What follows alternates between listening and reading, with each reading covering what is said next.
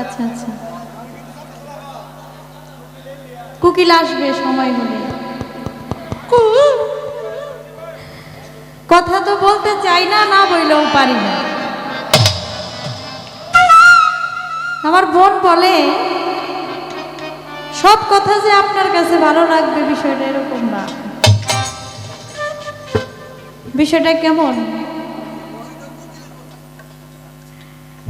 বলে, ওলি আল্লাহ তারা তো টাকা পয়সা চায় না। তারা টাকা পয়সা চাবে কেন? তাদের কি অভাব আছে? গানে বলে দুই কুলে সুলতান, তারা তো এই কুলের বাদশা ওই কুলেরও বাদশা। বাদশা টাকা দিয়ে কি করবো ভাই? টাকা তো গরিব মানুষের দরকার, প্রয়োজন। বাদশার তো টাকার প্রয়োজন নাই। ওলি আল্লাহ যারা, তারা তো বাদশা, তাদের প্রয়োজন পড়ে না। তবে বাঁচতে হলে টাকার প্রয়োজন আছে। টাকার মধ্যেও কিন্তু আল্লাহর নাম আল্লাহু লেখা আছে। টাকাকে অসম্মান করা যাবে না। হয়তো আপনার কাছে এটা ময়লা, কিন্তু আমার কাছে এটার জন্য আমি কষ্ট করি, গান গাই, টাকা দেয়, সেই টাকা দিয়ে আমি খরচ করি। এখানে যারা আমার সাথে মিউজিশিয়ান আছে, তারাও কিন্তু আমি যে আমার সাথে যে তারা বাজায়, তারাও কিন্তু টাকা পায়, তারাও কিন্তু সংসার চালায়। তো টাকার প্রয়োজন অবশ্যই আছে। আপনার না থাকতে পারে, আপনি বড় লোক মানুষ, আপনার থেকে কিছু টাকা আমার দিয়ে দিয়ে আজকের বায়নারি সব আমগো দিয়ে দিয়ে।